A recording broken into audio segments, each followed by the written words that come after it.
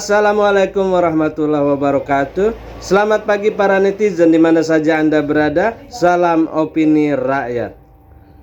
Ridwan Kamil panik kesana kemari. Setelah bertemu Prabowo sekarang ia meminta Jokowi jadi jurkam. Apakah ia tidak malu? Tindakan ini justru menunjukkan bahwa ia hanya seorang boneka, tidak mandiri dan lemah. Bahkan kekuatan beras dan minyak goreng yang ia gunakan tidak cukup untuk menutupi semua kontroversi antara ia dan wakilnya. Dengan Suswono yang pernah menista agama dan merendahkan perempuan, meminta Mulyono untuk jadi juru kampanye di Jakarta semakin menambah ironi. Tapi kita harus ingat, warga Jakarta kini semakin cerdas. Mereka tahu bahwa harga Jakarta tidak bisa dibeli dengan bantuan sosial dan minyak goreng. Kita butuh pemimpin yang tulus dan mengerti Jakarta, bukan permainan politik yang murah. Kepuasan publik sama saya menjadi gubernur Jawa Barat itu adalah 90%. Dan kata warga Jakarta, kalau karya Ridwan Kamil di Bandung besar-besar, anggarannya besar, hasilnya juga besar. Nih, batu besar. Jangan kasih warga Jakarta kalau haltenya mau dipasangin AC. Lihat nih, halte Bandung juara terbengkalainya. Jangan kasih tahu warga Jakarta, solusi buat parkir aja begini, gimana solusi buat macet? Jangan kasih tahu warga Jakarta kalau banyak kerjaan yang anggarannya besar tapi kecil manfaatnya. Kasih taunya yang baik-baik aja ya. Pas peninggalan Kang Emil di kota Bandung. Ini halte. Dan sudah tidak ada. Proyek itu menghabiskan miliaran, tapi sekarang sudah hilang. Dulu halte itu ada di sini, tapi sekarang sudah dibongkar karena sudah jadi kandang burung. Bayar parkir di kota Bandung. Mesin parkir elektronik. Mesin parkir elektronik ini ada sekitar 400-an lebih di kota Bandung. Anggarannya ngabisin puluhan miliar, tapi sekarang satu pun udah nggak ada yang nyala. Ya kalau udah mati, bagusnya sih dikubur. Teras Cihamplas. Dulu tempat ini bagus dan banyak pengunjung, tapi sekarang sudah tidak ada pengunjung karena semuanya sudah pada rusak. Dulu ketika ini dibangun, bikin jalan macet, menghabiskan anggaran ratusan miliar, tapi sekarang rusak dan sudah tidak terpakai. Dulu di sini banyak UMKM yang berjualan, tapi sekarang entah kemana.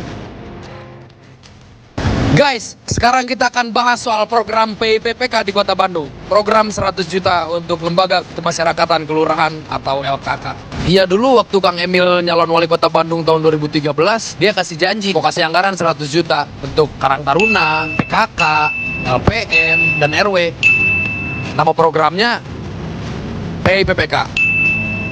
Dan ini adalah wawancara saya dengan seorang aktivis yang bersentuhan langsung dengan program PIPPK.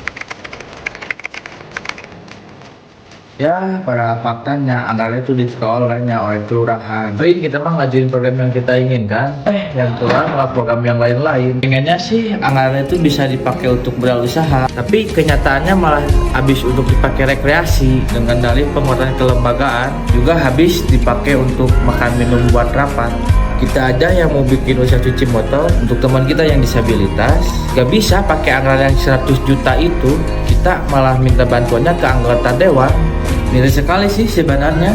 Sementara itu tahun 2018 ada lurah yang ketangkap gara-gara penyalahgunaan anggaran itu. Ya, kita mau perubahan hidup aja kita udah susah.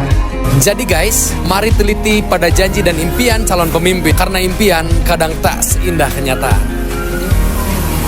Fakta tak terbantahkan, ratusan ton bansos yang disalurkan oleh pasangan Ridho adalah hasil dari judi online. Budi Ari sebagai Ketua Projo baru saja mendeklarasikan dukungannya kepada pasangan Ridwan Kamil dan Suswono. Dukungan tersebut dirilis pasca kembalinya Ridwan Kamil dari kunjungannya kepada mantan Presiden Jokowi, yang mana hasilnya Jokowi memberikan izin Projo untuk mendukung Ridwan Kamil. Yang jadi masalah adalah Budi Ari sebagai Ketua Projo terlibat dalam kasus judi online. Staf Komdigi anak buahnya Budi Ari melindungi situs-situs judi online dan memberikan pembinaan tidak kurang dari 1.000 website. Per satu website, oknum pegawai Komdigi meraup keuntungan 8,5 juta. Bayangkan saja jumlah ini dikali sebanyak 1.000 website, total 8,5 miliar. Sehingga untuk membeli beras bansos untuk menyokong Ridwan Kamil di Pilgub Jakarta sangat-sangat mungkin dan ringan. Saya mempertanyakan moral dan etikanya pasangan Ridwan Kamil Suswono berikut projo yang memberikan backingan. Bagaimana bisa mereka mengalirkan uang haram dan diberikan kepada masyarakat Jakarta hanya demi ambisi kekuasaan? Mulut kotor Ridwan Kamil yang menghina Jakarta tempo lalu. Sekarang moral etikanya yang kotor juga karena hanya demi mendapatkan kekuasaan, dia berani mengalirkan uang haram hasil judi online untuk memberi bansos kepada masyarakat Jakarta. Semoga Tuhan mengampuni dan menyadarkan dia. Kalau memang tidak diinginkan oleh masyarakat Jakarta, harusnya sadar diri, bukan malah memakai cara-cara kotor dan tercela. Pada tahun 2015 lalu, saat Ridwan Kamil menjabat wali kota Bandung, nekat menggusur ribuan warga yang menempati lahan seluas sekitar 13 hektar di Kelurahan Kebonwaru, kawasan Kiara Condong, Bandung. Alasannya, kawasan itu akan dijadikan hutan kota. Tapi faktanya, di lokasi gusuran tersebut, kini hanya dijadikan lahan bisnis properti. Fakta ini diungkap oleh aktivis Kampung Bandung di TikTok. Masih ingat di Kiara Condong, 2015 Ridwan Kamil menggusur lahan sebesar 13,5 hektar milik masyarakat yang janjinya untuk hutan kota, ternyata sekarang sudah menjadi bisnis ruko, ya. Jadi bisnis propertinya pengusaha, ya, atas izin Ridwan Kamil. Ya, ini properti ini resmi, ya, dipasarkan. Ini satu blok, ya, bahkan di dalam sudah habis. Penggusuran paksa yang dilakukan Ridwan Kamil pada tahun 2015 tersebut jelas sangat melukai hati warga setempat yang jadi korban penggusuran. Salah satu korban diantaranya terdapat atlet nasional peraih 13 medali emas, yaitu Amin Ihsan. Saat digusur paksa, Amin Ihsan merasa jadi korban penjajahan yang dilakukan bangsanya sendiri. Seperti ini videonya saat protes pada tahun 2015 lalu. Negara kita Indonesia memang sudah merdeka 70 tahun yang lalu. Namun kita warga Kebonwaru, Jakarta Selatan, dan Jalan Karawang Kiara Condong ternyata belum merdeka. Kita dijajah oleh bangsa kita sendiri. Wali Kota Bandung membiarkan kita sengsara dengan melakukan pembongkaran oleh pengembang. Kita dijual hanya 5 juta kepada pengembang oleh Bapak Wali Kota yang kita pilih. Tanpa ada perlindungan atas hak kita sebagai manusia, teristimewa sebagai warga. Saya, perwakilan sebagai warga dan sebagai atlet nasional, menjadi korban persadisan tindakan perusakan mereka atas rumah kita semua. Saya yang mewakili sebagai atlet nasional, saya telah membawa nama bangsa ini harum di tataran internasional dengan semangat mencintai olahraga sebagai arena perjuangan demi masa depan bangsa dan negara. Lagu Indonesia Raya telah berkumandang di antara dunia saat itu. Wujud hasil perjuangan saya sebagai juara medali emas, perunggu dan perak harus selalu diingat. Uang hasil keringat sepanjang saya sebagai atlet adalah modal untuk membangun rumah keluarga saya, tempat tinggal. Cara ini, saya bangun studio musik untuk berusaha menopang hidup setelah saya berhenti sebagai atlet. Membayar pajak, retribusi, dan pajak lainnya kepada negara. Namun, pada tanggal 3 Agustus, 4 Agustus, 5 Agustus, tepat di bulan kemerdekaan ini, semuanya telah hancur berbeko PT Mega Chandra Pabuana dan dibiarkan terjadi oleh wali kota yang dilakukan Satpol PP Kota Bandung. Kita hanya menuntut ganti rugi, nilai bangun rumah yang dirusak dan nilai barang-barang yang dihancurkan oleh pembengkot pada Mega Chandra Pabuana. Saya mengetuk hati yang paling dalam dari wali kota Bandung untuk membuka rasa kemanusiaannya atas tindakan yang merampas hak hidup kita. Bermalam tanpa penerangan, tanpa air bersih, menjauhkan air wudhu dari sholat kita.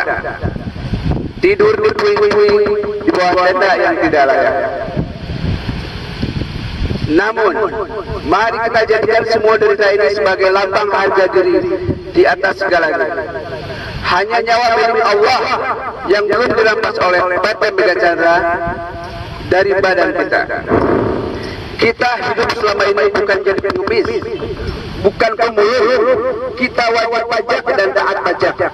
Tetapi sekarang sudah digembelkan oleh wali kota bersama Bapak Mega Chandra Prabuana.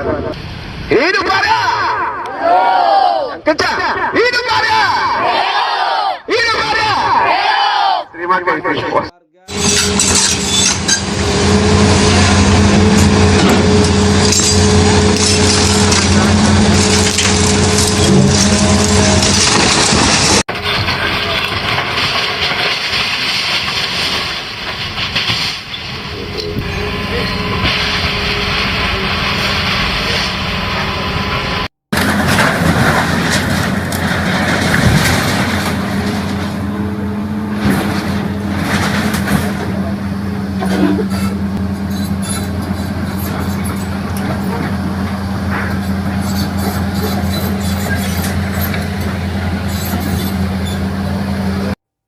Ya, seorang warga yang menjadi korban penggusuran di Jalan Karawang, Bandung, Jawa Barat pingsan setelah rumahnya rata dengan tanah. Warga mengaku belum menerima ganti rugi dan tidak ada surat pemberitahuan.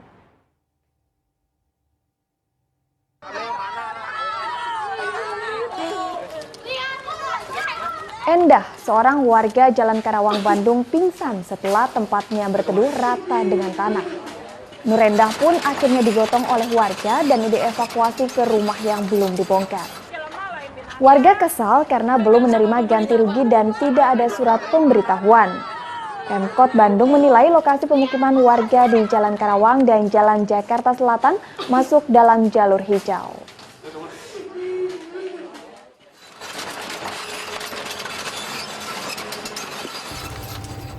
Sobat netizen, apa pendapat Anda? Silahkan ditulis di kolom komentar. Terima kasih telah menyaksikan video ini sampai selesai. Salam hormat. Wassalamualaikum warahmatullahi wabarakatuh.